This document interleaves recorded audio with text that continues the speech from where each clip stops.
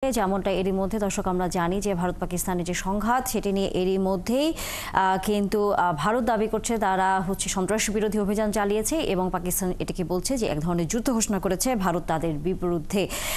কি হতে যাচ্ছে আসলে পরিস্থিতি, কারণ আমরা মাঝপথে আছি, কারণ বাংলাদেশের সাথে আসলে দুই দেশেরই সম্পর্ক নানা দিক থেকে।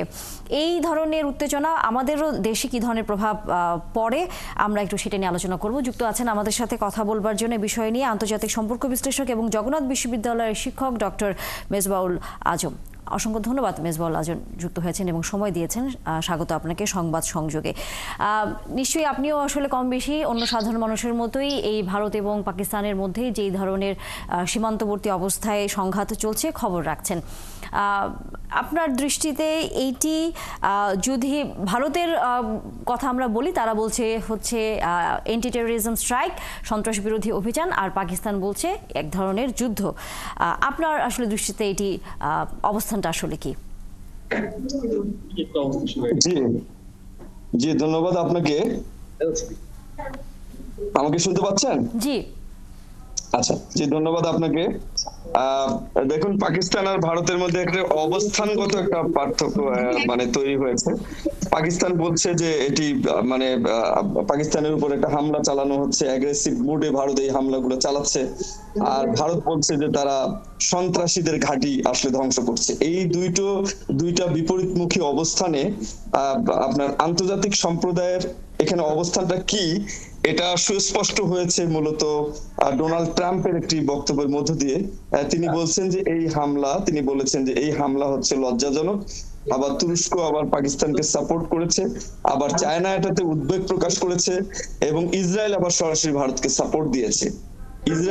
ইসরায়েল এই ভারতকে সরাসরি সাপোর্ট দেওয়ার মধ্য দিয়ে সারা বিশ্বে ইসরায়েলের প্রতি যে একটা নেতিবাচক ধারণা রয়েছে মুসলিম বিশ্ব সহ অন্য দেশে, তো এই প্রতিক্রিয়ার ধরনটার মধ্য দিয়ে ভারত আন্তর্জাতিক সম্পর্কে মেনটেন করার ক্ষেত্রে এই যুদ্ধে কতটুকু সাপোর্ট পাবে সেই নিয়ে একটা প্রশ্ন তৈরি হয়েছে, 1 নম্বর। 2 নম্বর প্রশ্নটা তৈরি হয়েছে যে তারা যেটাকে সন্ত্রাসবাদী যুদ্ধ হিসেবে বলছে এবং যাদের ঘাঁটিগুলো তারা ধ্বংস করেছে সেই কথাটি তেমন যারা বলছে, এখানে কিন্তু দেখা যাচ্ছে পাকিস্তান দাবি করছে যে এখানে সাধারণ মানুষ নিহত হয়েছে, বেসামরিক নাগরিক নিহত হয়েছে, এবং মসজিদে হামলা চালানো হয়েছে, মাদ্রাসায় হামলা চালানো হয়েছে। এই বিষয়টা আমার ব্লুটুথ হেডফোনটা কানেক্ট করে দিতে পারবেন? ডিপ্লোম্যাটিক্যালি ভারত একটু ব্যাক সাইডে রয়েছে বলে আমাদের কাছে মনে হচ্ছে, এবং এই ভারতের জন্য আন্তর্জাতিক কমিউনিটির সাপোর্টটা পাওয়া একটু ধোঁয়াশার মধ্যে এখন পর্যন্ত রয়েছে। এবং দুই পক্ষ যে দাবিগুলো করছে, দুই পক্ষের দাবির মধ্যে যে কোনটি সত্য এই বিষয়ে এখনো সুস্পষ্ট কোনো ধারণা পাওয়া যাচ্ছে না। এবং ইতিমধ্যে ভারত তাদের এই সন্ত্রাস বিরোধী যে অবস্থান এবং সন্ত্রাসীদের ঘাঁটি ধ্বংস করছে এই কথাগুলো বলার মধ্যে দিয়ে ভারত দিয়ে অনেকটা ডিসইনফরমেশন ছড়ানোর ক্ষেত্রে বিশ্বে একটা তাদের একটা বদনাম ছড়িয়েছে। সেই দিক থেকে আমরা আসলে ভারতের দাবিগুলো কতটুকু সত্য এবং পাকিস্তানদের দাবিগুলো কতটুকু সত্য এই বিষয়টা নিয়ে একটা ধোঁয়াশা তৈরি হয়েছে। তো সবশেষে আমার কাছে মনে হচ্ছে যে স্ট্র্যাটেজিক কারণে এই যুদ্ধ বড় কোনো সংঘর্ষে হবে না, কারণ ভারত নিজেই বলছে যে তারা সন্ত্রাসীদের ঘাঁটি তারা ধ্বংস করছে, তারা যুদ্ধে লিপ্ত হয়নি। এ থেকে মনে হচ্ছে যে দুই দেশের মধ্যে বড় কোনো যুদ্ধ পরিস্থিতি তৈরি হবে বলে আমার কাছে মনে হচ্ছে না। মেজবাউল আজম, আসলে যখন ভারত এবং পাকিস্তানের এই ধরনের যুদ্ধ হোক বা হামলা হোক, এক ধরনের উত্তেজনা যখন তৈরি হয়, তখন বাংলাদেশ হিসেবে আসলে আমাদের এক ধরনের ভূ রাজনৈতিক একটা অবস্থানের মধ্যে আসলে থাকতে হয়। আপনার কাছে কি মনে হয় এই পরিস্থিতিতে বাংলাদেশের রাজনৈতিক বলেন এবং একই সাথে ভৌগোলিক দিক থেকে বলেন কোনো ধরনের আতঙ্ক, অথবা যেমনটা কিছুক্ষণ আগে আমরা একটু সংবাদে পড়ছিলাম যে শেয়ার বাজারে এক ধরনের দরপতনও আসলে আমরা দেখেছি, এই যে অর্থনৈতিক একটা জায়গার মধ্যে হয়তো কিছুক্ষণের জন্য হলেও হয়তো আমাদের প্রভাব পড়েছে, সেটা আপনি কিভাবে দেখছেন? জি, সেই প্রভাবটা পড়বে, কারণ ভারতের সাথে আমাদের অনেক ধরনের ব্যবসা বাণিজ্য বৈদেশিক সম্পর্ক রয়েছে।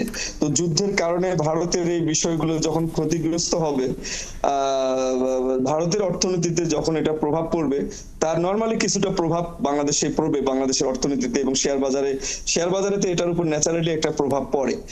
কিন্তু এখানে যে বিষয়টা হচ্ছে, পাকিস্তান যদিও সর্বাত্মক যুদ্ধের আমি কোনো আশঙ্কা করছি না, তবে পাকিস্তান যদি এই যুদ্ধে ব্যাপকভাবে ক্ষতিগ্রস্ত হয় এবং সর্বাত্মক যুদ্ধ শুরু হওয়ার যদিও সম্ভাবনা দেখছি না, কিন্তু যদি কোনো কারণে সেই অবস্থায় যায় তো সেটার বাংলাদেশের সিকিউরিটির উপরেও সেটার একটা প্রভাব পড়বে, এবং সেই বিষয়ে বাংলাদেশকে অনেক সতর্ক অবস্থানে কিন্তু বাংলাদেশকে থাকতে হবে। অসংখ্য ধন্যবাদ ডক্টর মেজবাহুল আজম। নিশ্চয়ই আবারও আমরা ফিরবো যদি আপনার কাছে আরো ধরনের বিশ্লেষণ থেকে থাকে এই বিষয় নিয়ে, কারণ সামনের দিনগুলোতে আপনিও বলছিলেন যে হয়তো খুব সহসাই পরিস্থিতি স্বাভাবিক হচ্ছে না, কিছুটা হয়তো এটি দীর্ঘায়িত হতেও পারে।